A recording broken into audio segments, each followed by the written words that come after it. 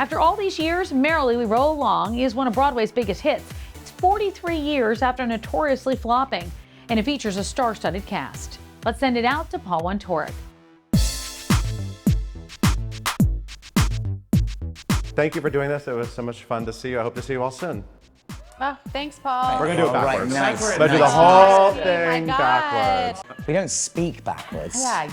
We don't?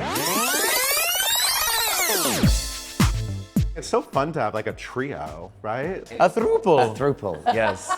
What's the best part of that? I feel like if one of your energy is like down, maybe the others can kind of lift them up or... Yeah.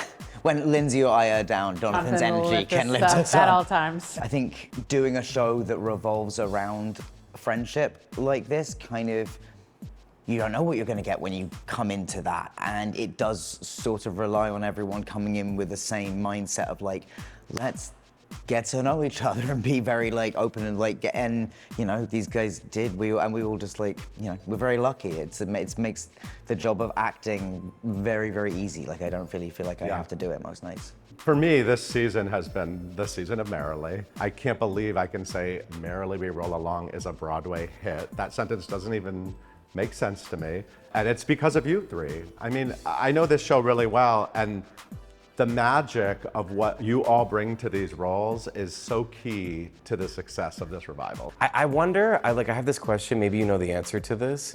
Is Merrily We Roll Along the first ever poster that was in Joe Allen as a flop that then became a commercial hit?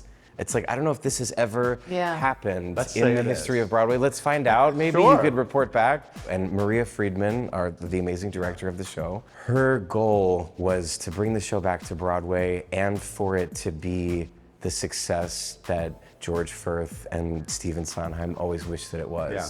And so to be living in that, it's the stuff that dreams are made of. It really is. Yeah, especially for you, you're like such a Broadway show fan. I mean, like, you love talking about Joe Allen posters. I mean, Joe Allen posters, I was like reading the What Sondheim. did you tell us earlier? That what do you do whenever you walk through a revolving door? Oh, yeah.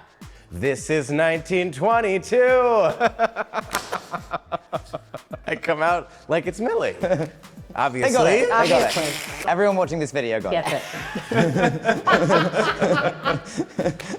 You've also been going through a lot in your personal lives, and there's some babies, an engagement, congratulations. So there's a lot of life stuff happening at the same time. So what's the season been like for you to be on the receiving end of everything? It feels like because we started this, so long ago downtown. Yeah. It just kind of feels like we just keep doing this play and our lives keep happening and our friendship keeps growing and deepening. And now that we're in this season and we have our kids and our lives, it just feels like, thank God this happened, because now I'm like, I can't ever imagine my life without these two strongly in it, The whole group. I mean, there's a lot of focus put on the three of us, which is lovely, and we're enjoying every second of it. But our entire company is incredible, and we're all and because I think we were downtown at New York Theater Workshop, kind of essentially in the same dressing room. They were separated, but by plywood. Right. And we all pretty much shared a bathroom, and it was very intimate down there. And so there's the real familial feeling with the entire company. I was also thinking, you have a new trio. You were very closely associated with a trio early on in your life, Yeah, it's nice to be in one as an adult. Yeah, as well, definitely. I feel like it's, it's more, because me and Rupert were very much on set together and thrown together, and so yeah, this is different. It's lovely.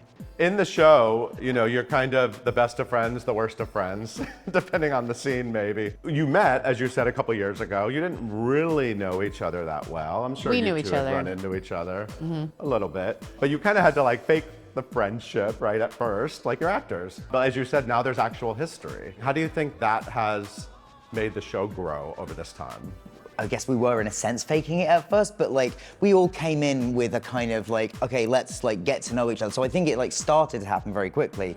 But now, during Old Friends particularly is when I think I feel it the most, where just you can both make me laugh so easily, you know exactly like how to make me laugh or a kind of thing that will. Like when you see a moment of you almost laughing for a second, like it just makes everything, I feel like we have to do even less as actors to communicate the friendship, and it's just there, and we're just like, a lot of the show, when appropriate, and sometimes when not appropriate, is us having fun with each other. As I say, I've never felt so free as an actor than in this show.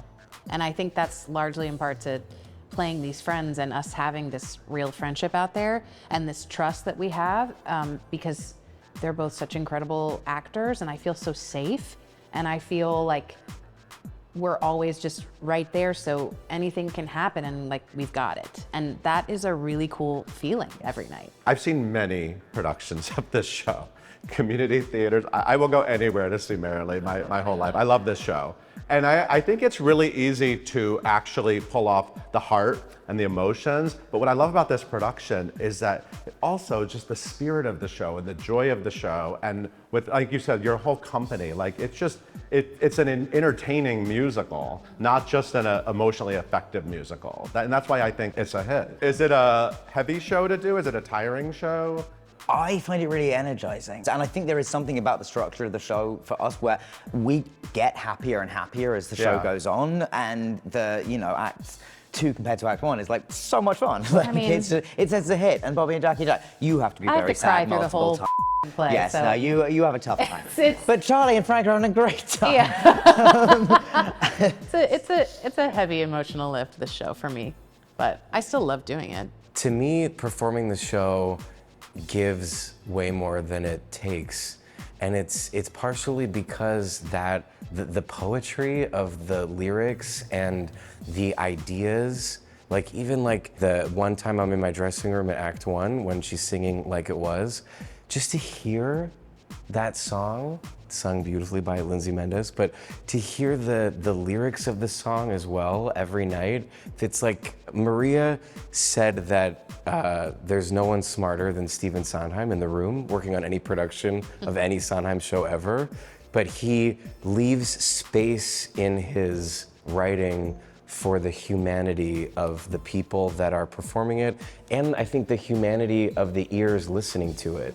And it's why you can go back to Into the Woods or Company or Sweeney this year. Any of his shows you can see again and again because he's got so much to say and it hits you differently, I think, at different moments in your life. But even in the 8 shows a week, from night to night, it hits you differently. And it becomes, I think that's maybe part of why it feels so personal to see the show and to watch the show, is because he allows that personal connection to happen. I'd also say there's something great about the fact that because it does track so much time, no matter what kind of day you've had, if you've had a good day, you get to sort of jump into It's a Hit. If you have had a bad day, I get to do Frank and Shepherd Inc. Or like there is a part of the show that can function as like an outlet for whatever you're dealing with. You all got to Broadway more or less around the same time. I would kill to like have like a photo of the three of you in like 2008 in Schubert Alley. Does it exist? No. We have some good old Do you have photos some old together. photos? Yeah. Significant Other, that opening, you sent me that photo. Also from the park, Shakespeare in the Park, like 10 years ago. Yeah, that one. I was at her Grease opening. I was gonna say, were you staged during her Jan performance? No, because he was doing Spring Awakening at the same time. And yes, I was doing it at the same time, and we would have Grease, You're the One That I Want watch parties at my apartment. So we were very heavily tracking that show, and then we all went to the opening night. And Kim Grigsby, our music director of Spring Awakening, our music director went too. to go work on Grease. So Yeah. I loved that Yeah. show. And Dan, I feel like your whole goal was to get to this point. Yeah. So how does it feel to now be like truly a part of this beautiful ensemble cast in a show that is just sort of like winning over audiences every night? I mean, it's surreal and thrilling, and yeah, I'm, I've always loved musicals because my parents were always really into musicals, so they've always been like a part of my life. But I definitely didn't expect to do one at all. Certainly not that early as like when I did How to Succeed. But then I really didn't ever think that I would do Sondheim. I thought that would always just be a thing I listened to and loved, but not actually get to do. And so, yeah, I don't think there's like a better part for me than this in the whole canon, really. I'm so, like, I love getting to play Charlie and to, as you say, to do it with this company. And yeah, it's quite an overwhelming feeling at times. Like, there are moments when, I have a lot of moments during the show, I mean, it varies, but often when like everyone's on stage together, and I just, I will flash forward to the last time we do it, and I get like nostalgic for the present. I don't know what a word for that is, but if there is one, somebody cleverer than me can tell us what it is. But yeah, it's just that it's a really like lovely, kind of inexplicable feeling. Our time, breathe it in. Worlds to change and worlds to win. Our turn coming through. Me and you, pal, me and you. Years from now, we'll remember and we'll come back by the rooftop and hang a plaque. We're doing a little photo shoot. I like to call it By the Rooftop and Hang a Plaque. That's what I've titled the photo shoot. The final scene of the show, as you mentioned, it is lovely because it is a cynical show at times, but you do get to walk out lighter, I'm assuming, right? You're right. It starts in one place and then it builds to like this beautiful moment between the three of you. You know, in our own lives, obviously, we all get slightly more cynical. It's what the whole musical's about. Do you remember sort of your own our time moments, or what's it like to sort of live in that energy every night? It's the best. It's like the best medicine at the end of every night to end on that rooftop. The first like personal memory that's coming to me when you ask that question is December 31st, 2004. So almost 20 years ago. What'd you say? So he has a date. Well, because it was New Year's Eve. Oh, okay. Because it was New Year's Eve, and I had just moved to the city that fall, and I was living with Lindy Franklin, who was my roommate, and my friend Cody, who was my boyfriend for the next 3.5 years, but we had just like gotten together that November 1st, and I was waiting tables at the Chelsea Grill of Hell's Kitchen on New Year's Eve, and Christy Putz and I were waiting tables together, and it was like a half an hour before midnight, and Cody and Lindy came into the restaurant, and Christy was like, "Here, Jonathan, just take the cash from the night and go sit with your friends."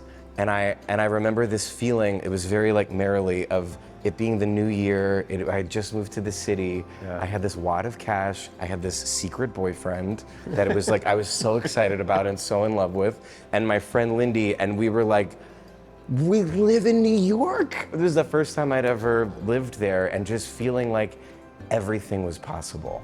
I have a few flashes. My first apartment was on the Upper West Side, and I live on the Upper West Side now. And so I walk by, there's like a bagel shop on Amsterdam, and I remember like going there to get a bagel when I like first moved here, and feeling like I like walked out with it. And I remember I went to the Natural History Museum and sat and ate, and I was like, wow, I'm a part of this. I live here.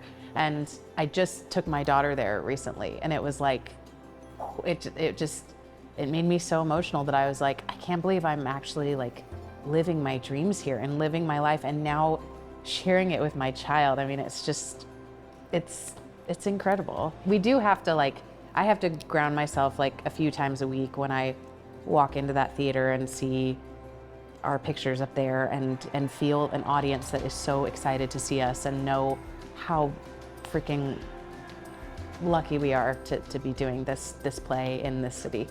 Daniel, you have a little bit of a different path towards acting. Yeah, I mean, that's the thing. Like, there is a few things that are like popping into my head, but honestly,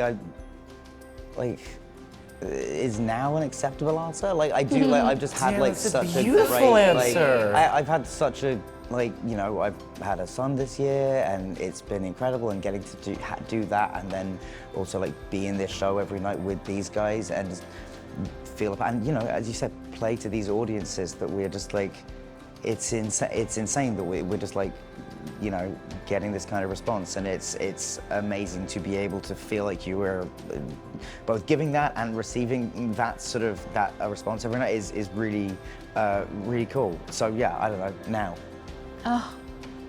End the interview. Cut.